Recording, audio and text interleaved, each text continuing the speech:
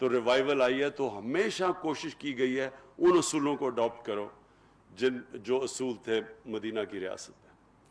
تو جو سب سے بڑا اصول تھا وہاں ایک سیلف بلیف آ گیا تھا. وہ اپنے آپ کو اندر بلیو کرنے لگ گئے تھے. ان کو نبی صلی اللہ علیہ وسلم نے جو ذہن کی لمیٹیشنز ہیں, جو غلامی ہے, اس سے آزاد کر دیا تھا. یہ جس کو علامہ اقبال کہتے ہیں, جو شاہین تھا, مرد مومن کی بات کرتے ہیں, وہ ایک آزاد انسان ہوتا ہے. وہی صرف دنیا میں اوپر جا سکتا ہے سب سے. اس کے لیے ایک ذہن چاہیے ہوتا ہے جو بلیو کرتا ہے کہ کوئی بھی چیز ہو تو میرے لیے ناممکن نہیں ہے, میں سب کچھ کر سکتا ہوں. یہ جو کوالٹی ہوتی ہے, اس سے انسان اپنے اندر پوٹینشیل ڈیولپ کرتا ہے. اللہ نے جب ہمیں اشرف المخلوقات بنایا تھا تو اس نے جب فرشتوں کو کہا تھا کہ اس کے سامنے جھکو, تو جب شیطان نہیں جھکا تو اللہ نے کہا کہ تمہیں نہیں پتا کہ میں نے اس کو کیا پاور دی ہے, اس کے نالج کیا دی ہے. تو وہ جو نالج ہے وہ ڈسکور کیسے کرتا ہے انسان؟ وہ کبھی بھی ایک غلام ذہن نہیں ڈسکور کر سکتا جو صرف ڈپینڈ کرتا ہے کہ جی اچھا باہر سے امپورٹ آ جائے گی یا باہر سے نالج آ جائے گی تو میں آگے بڑھوں گا. وہ ذہن آگے نہیں بڑھ سکتا. ذہن آگے وہ بڑھتا ہے جو سمجھتا ہے کہ میں کچھ بھی کر سکتا ہوں. اور ہماری جو ملک کی اگر میں یہ سمجھوں کہ اس ملک کے اندر جس طرح یہ بڑھا تھا ایک وقت پہ 60s میں, پاکستانی جو دنیا میں ویو کیے جاتے تھے, جو پاکستانی کے اندر بھی سیلف بلیف آتا جا رہا تھا, وہ ہماری بڑی بدقسمتی ہے کہ ہم اپنا راستہ کھو بیٹھے. وہ جو سیلف بلیف تھا وہ پروپیل کر رہا تھا اس ملک کو, جس کے اوپر پریڈکشنز کرتے تھے کہ پاکستان کیلیفورنیا بنے گا ایشیا کا, سب سے تیزی سے ترقی کر رہا تھا. انفارچونیٹلی ہماری بدقسمتی کہ ہمارے اندر یہ جو سیلف بلیف آنا تھا وہ نہیں آیا.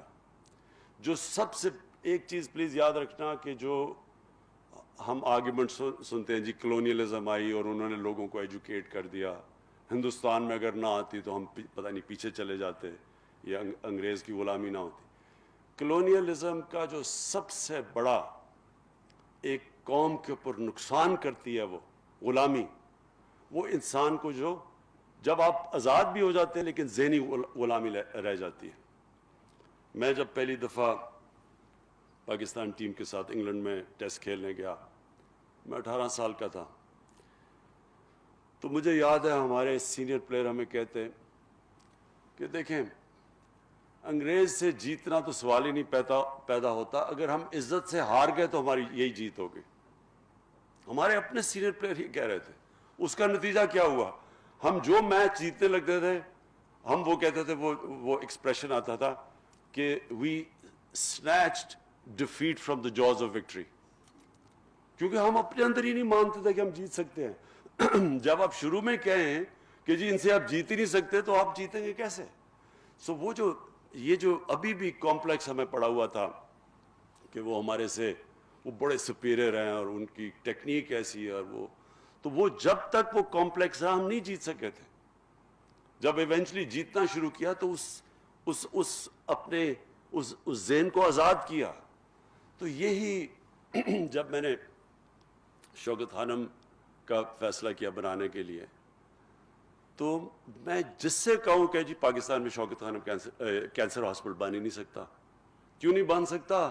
کیونکہ اس کے لیے مختلف چیزیں تھیں, ڈاکٹرز چاہیے, اس کی اکوپمنٹ ہے, بڑی کیپٹل انٹینسو ہے, اس کے لیے انجینئر ڈپارٹمنٹ چاہیے ہوگی کیونکہ ڈائگنوسٹک اور پھر جو ٹریٹمنٹ کی اکوپمنٹ ہے وہ بڑی مہنگی ہے, ان کی مشینیں بڑی سینسٹیو ہیں, اور پھر ہمارے پاس آنکولوجسٹ نہیں ہیں, اور ساری چیزیں میں سنتا تھا. کیونکہ جی پنجاب گورنمنٹ نے پوری کوشش کی, وہ نہیں بنا سکی تو آپ کیسے بنائیں گے؟ اور جب یہ شوکت خانم کینسر ہاسپٹل بن گیا پھر ہم نے فیصلہ کیا ہم ریسرچ کریں گے. کینسر سمپوزیم کیا ہم نے, انٹرنیشنل کینسر سمپوزیم. شروع میں ہمارے بڑے تھوڑے سے لوگ آئے, جو اب ہمارے کینسر سمپوزیم ہوتا ہے انٹرنیشنل کینسر سمپوزیم. کتنے ہیں فیصل؟ ہزاروں میں دنیا سے لوگ آتے ہیں, اور ہم پیپرز پبلش کرتے ہیں ہر سال جو کہ انٹرنیشنلی دنیا میں جاتے ہیں. کہنے کا میرا مقصد یہ ہے کہ یہ جو کرونا وائرس ہے اس نے 2-3 چیزیں ہمارے ملک میں سامنے لے کے آئی. ایک کہ اگر دنیا میں ڈیمانڈ ہو وینٹیلیٹرز کی تو ہر چیز آپ ضروری نہیں امپورٹ کر سکتے ہیں. اور اب سوچنا شروع کیا جس طرح فواد چودھری نے کہا کہ کتنا مشکل تھا وینٹیلیٹر بنانا. ملک جو نیوکلیر ویپنز بنا سکتا ہے جس کے لیے وہ ٹیکنالوجی چاہیے تو اس کے لیے کتنا مشکل ہے. اور پھر باقی جتنے بھی سینیٹائزرز یہ ساری ڈس انفیکٹنٹس یہ یعنی ایک 22 کروڑ کے لوگ عوام کیسے ہو سکتا ہے کہ ہم ہر چیز امپورٹ کرتے ہیں. بیکاز ہمارا جو مائنڈ سیٹ تھا اب تک وہ مائنڈ سیٹ سے ہم نہیں نکل پا رہے. ایک ڈپینڈنسی سنڈرم ہے کہ جو ہوگا جی وہ ہمارے سے آگے ہیں تو ان سے ہم وہ جو ہمیں نالج دیتے رہیں گے وہ ہم لیں گے. ہمارے اندر وہ سیلف بلیف نہیں آیا. اور ہم جو دوسری سیکنڈ نالج اکانومی کی طرف ہم نے کوئی پروگریس نہیں کیونکہ تعلیم پہ نہیں پیسہ خرچ کیا, ریسرچ کے اوپر پیسہ نہیں خرچ کیا کیونکہ ہم یہ سوچا ہی نہیں کہ ہمارے اندر بھی کیپیسٹی ہے, ہم بھی انوینٹ کر سکتے ہیں, انوویٹ کر سکتے ہیں. ہمارے وہی پاکستانی یہاں سے باہر جاتے ہیں اور وہ ہر چیز میں ایکسل کرنا شروع کر دیتے ہیں. تو کیا وجہ ہے؟ اگر وہ سسٹم ملتا ہے جس سسٹم کے اندر ہمارے لوگ جا کے ایکسل کر سکتے ہیں تو وہ یہاں سسٹم ہم کیوں نہیں بنا سکتے؟ اور وہ اس لیے نہیں. اور مجھے افسوس سے یہ کہنا پڑتا ہے کہ ایک ہماری رولنگ ایلیٹ کے اندر یہ ایک کمپلیکس ڈپینڈنسی سنڈرم. ایک کرونا میں یہ ہمیں پتہ چلا کہ جناب اگر ساری دنیا میں ڈیمانڈ ہو ان چیزوں کی وینٹیلیٹرز وغیرہ کی تو ہم کچھ نہیں کر سکتے. تو ہمیں تب وہ کہتے ہیں نا necessity is the mother of invention. جب ہمیں مجبوری ہوئی تو ہم نے فیصلے کیے نا کہ ہم یہاں بنائیں گے. دوسری چیز کیا چیز سامنے آئی کہ آج ہماری رولنگ ایلیٹ ہمارے جو صاحب اقتدار ہیں اگر ہم چاہیں بھی تو ہم باہر علاج نہیں کروانے جا سکتے. نہیں تو چیک اپ بھی باہر کرواتے تھے جا کے. کھانسی ہوتی تھی تو سارے گورنمنٹ پبلک کے ایکسپینس کے اوپر اس ٹیکس پیئر کے پیسے کے اوپر باہر علاج ہوتا تھا سب کا. اسمبلی ممبرز بھاگے جا رہے ہیں علاج, منسٹرز جا رہے ہیں, پرائم منسٹرز ان کی ساری فیملی سب باہر علاج ہوتا تھا. آج وہ جا نہیں سکتے, وہاں زیادہ خطرہ ہے. تو اس سے دوسری چیز ہوئی کہ ہمیں اپنے ہسپتال ٹھیک کرنے ہیں, ہم نے اپنے ہسپتالوں کے اوپر انویسٹ کرنا ہے, ہم نے اپنی جو یہاں انفراسٹرکچر ہے میڈیکل انفراسٹرکچر ہمیں اس کے اوپر زور لگانا ہے کہ آگے کوئی اس طرح کی چیز آ جائے تو پھر کیا کریں گے ہم. اور یہ جو سیکنڈ چیز ہے, جب تک کہ ہمارے ملک کے جس طرح میری طرح کے لوگ ہیں ہمارے منسٹرز ہم یہاں نہیں علاج کروائیں گے اپنا گورنمنٹ ہاسپٹلز میں, تب تک گورنمنٹ ہاسپٹلز نہیں ٹھیک ہوں گے. یہی گورنمنٹ ہاسپٹلز ہماری آنکھوں کے سامنے ڈیٹیریٹ ہوئے ہیں. میں پیدا ہوا تھا میو ہاسپٹل میں, میری ساری بہنیں پیدا ہوئی تھی. شروع میں جب بھی کوئی کھیلتے ہوئے کوئی چوٹ لگتی تھی ٹانکے لگانے میو ہاسپٹل جایا کرتے تھے. اور اب پیسے والے لوگ سوچتے بھی نہیں گورنمنٹ ہاسپٹل میں جانے کا. پرائیویٹ ہاسپٹلز, اور صرف پرائیویٹ ہاسپٹلز میں اگر اچھا علاج کروانا ہے وہاں کرواؤ, غریبوں کے لیے گورنمنٹ ہاسپٹلز. اور یہ پھر تیسری چیز سامنے آئی ہے, کرونا کی تیسری چیز کیا سامنے آئی ہے. اب تک یہ ہوتا رہا کہ جناب گندا پانی پینے کی بیماریوں سے بچے مر رہے ہیں, غریب کا بچہ مرتا ہے کسی کو فکر ہی نہیں ہے. ہیپاٹائٹس سی ایپیڈیمک بن چکا ہے پاکستان میں, لیکن زیادہ تر غریب لوگ ہیں, کوئی فکر ہی نہیں ہے. میل نیوٹریشن 25% بچوں کو ہے, فکر نہیں غریب کا بچہ ہے. 40% پاکستان کے اندر سٹنٹڈ گروتھ ہے, کسی کو فکر ہی نہیں ہے کیونکہ غریب لوگ ہیں. اب یہ مشکل آ گئی ہے کہ کرونا نہ امیر نہ غریب میں فرق ہی نہیں کرتا. آپ اگر یہ سمجھتے ہیں کہ صرف امیروں کی لاک ڈاؤن اناؤنس کر دیا جی, جلدی سے فوری لاک ڈاؤن اناؤنس کر دیا, سوچا ہی نہیں کہ وہ بیچارہ دہاڑی دار وہ غریب آدمی, وہ رکشے والا, وہ جو بیچارہ سارا دن محنت کر کے آ کے اپنے بچوں کا پیٹ پالتا ہے, اس کا کیا بنے گا؟ نہیں, امیروں نے سوچا اچھا جی 2-3 یہ امیروں کو بھی آتا, تو ایک دم سارا ایک ایلیٹ نے فیصلہ کر لیا سارے ملک کے لیے, سوچا نہیں کسی کا. ہندوستان نے تو ہمارے سے بھی زیادہ, جتنا وہ جو ان کا اسٹرانگ مین نریندر موڈی ہے, کہتا ہے جی اس کو 50 انچ کا چیسٹ ہے, وہ اتنا ڈرپوک نکلا ایک دم اس نے سارا بند کر دیا. بیچارے لوگ 200 میل چل کے جا رہے ہیں, غریب لوگ تھے ہندوستان میں, سوچا ہی نہیں کہ عام آدمی کی زندگی کیا ہوگی. یہ تو ہمارا جو اب ہمیں کیا نظر آیا کہ اگر آپ غریبوں کی بستیوں کا دھیان نہیں رکھیں گے تو کرونا اگر غریبوں کی بستیوں میں پھیلے گی, وہ پھر امیروں کی بستیوں میں بھی چلی جائے گی. وہ ریسٹرکٹڈ نہیں ہے. سنگاپور نے کیا کیا, انہوں نے بڑا زبردست لاک ڈاؤن کر دیا, اور جناب کرو ان کی فلیٹ ہو گئی. اس کے بعد لاک ڈاؤن کھولا, ایک دم کرونا پھر پھیل گئی. کیوں پھیل گئی؟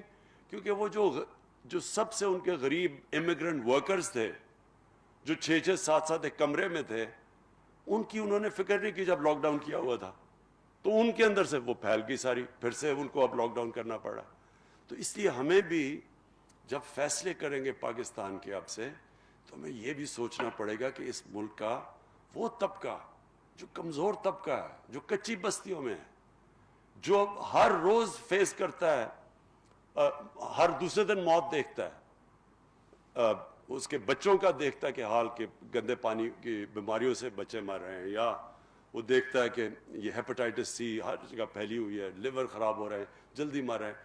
تو ان لوگوں کو ہم آج کہہ رہے ہیں کہ جناب کرونا آ گئی ہے تو آپ بند ہو جائیں, سوشل ڈسٹنسنگ کریں. پہلے وہ ڈسٹنسنگ کیسے کریں؟ 6-7 ایک کمرے میں, اور کہ جی ہاتھ دھوؤ صاف, پھر وہاں پانی نہیں ہے, پانی کی بڑی قلت. سو اس لیے ملک آگے جب بڑھتا ہے, سو میں وائنڈ اپ کر رہا ہوں کہ جب ملک بڑھتا ہے تو ایک ملک ایز اے ہول بڑھتا ہے, ایک ایلیٹ اوپر نہیں جاتی.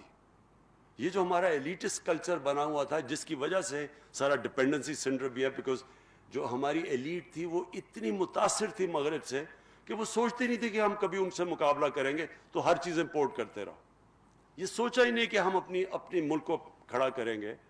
یہ سوچا ہی نہیں کہ اگر ایلیٹ کے حالات اچھے ہیں تو وہ سوچا ہی نہیں کہ عام آدمی کے حالات کیسے ہیں. اور کبھی بھی ایک امیروں کا جزیرہ جس میں غریبوں کا سمندر ہو, وہ کبھی بھی ملک آگے نہیں بڑھ سکتا. چائنا نے ثابت کیا. 30 سال پہلے چائنا کیا تھا, آپ 30 سال پہلے چائنا جاتے آپ بلیو نہیں کریں گے کہ وہ آج جدھر وہ پہنچ گیا. لیکن انہوں نے کیا کہ انہوں نے 70 کروڑ لوگوں کو غربت سے نکال کے اوپر لے کے آئے. جب نیچے سے لوگوں کو اوپر لے کے آئے, ملک بھی اوپر چلا گیا.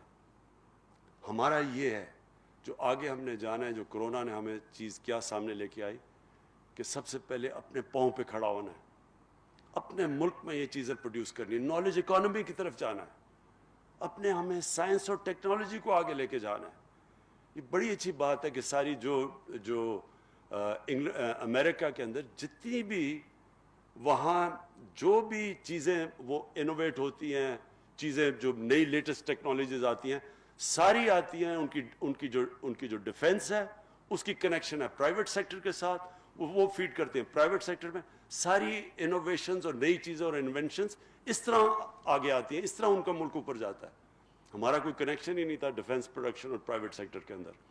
تو انشاءاللہ یہ جو آگے کا کورس ہم جس طرف جا رہے ہیں, وہ انشاءاللہ ہم اب انشور کریں گے جتنی بھی ہماری ریسورسز, اب پہلے تو 1-1.5 سال تو سروائیول میں ہی گزر گیا, اپنی اکانومی اسٹیبلائز کرنے میں لگ گیا, ڈیفالٹ سے بچانے میں لگ گیا. لیکن اب ہماری پوری کوشش ہوگی کہ ایک ویژن چارٹ آؤٹ کریں اپنے ملک کی, کہ ہم نے آگے جو جانا ہے ایک لانگ ٹرم پلاننگ ہو ملک کی, short term, medium term, long term, ایک پوری ویژن بنے ہماری, جو ہم اس کے اوپر پورے لگے ہوئے ہیں. اور انشاءاللہ قوم کو ایک پوری ویژن دیں گے, اور وہ جو ویژن ہوگی وہ ایک چھوٹے سے طبقے کے لیے نہیں ہوگی, وہ سارے ملک کے لیے ہوگی. اور وہ سینٹرک اس طرح ہوگی کہ یہ جو ہم کچی بستیاں ہیں, ہماری غریبوں کی بستیاں, ان کو سب سے زیادہ اب ہم نے زور لگانا ہے کہ ان کو ہم نے کیسے اٹھانا ہے. وہ کون سی چیزیں ہیں جو کہ عام آدمی کو اوپر اٹھائیں گی, ہم کون سی وہ سٹیپس لے سکتے ہیں, کس طرح ہم لوگوں کو غربت سے نکالیں گے. اور ہم نے چائنا سے چائنا جب ہم گئے تھے تو ان سے ہم نے بڑی ڈیٹیلز پریزنٹیشنز لی کہ کیا کیا انہوں نے سٹیپس اٹھائے تھے کہ اپنے لوگوں کو غربت سے نکالنے کے لیے. اور اس کے اندر کی یہ ہے لانگ ٹرم پلاننگ. یہ جو ایک ملک چلتا ہے شارٹ ٹرمزم کے اوپر, وہ کبھی بھی یہ نہیں کر سکتا. ہمیشہ ایک لانگ ٹرم پلاننگ, ایک ویژن, اور اس کے بعد پھر ایک سیلف بلیف. جب ایک قوم بلیو کرنے شروع ہو جاتی ہے کہ ہم کچھ بھی کر سکتے ہیں, اور ہمیں ایک بہت بڑا جو ہمارے پاس مدد کرے گا, یہ جو ہمارا پروگریس ہے, اور جو یہ انشاءاللہ قوم اپنے پوٹینشیل پہ جب پہنچے گی, تو ہمارے پاس ایک ماڈل ہے.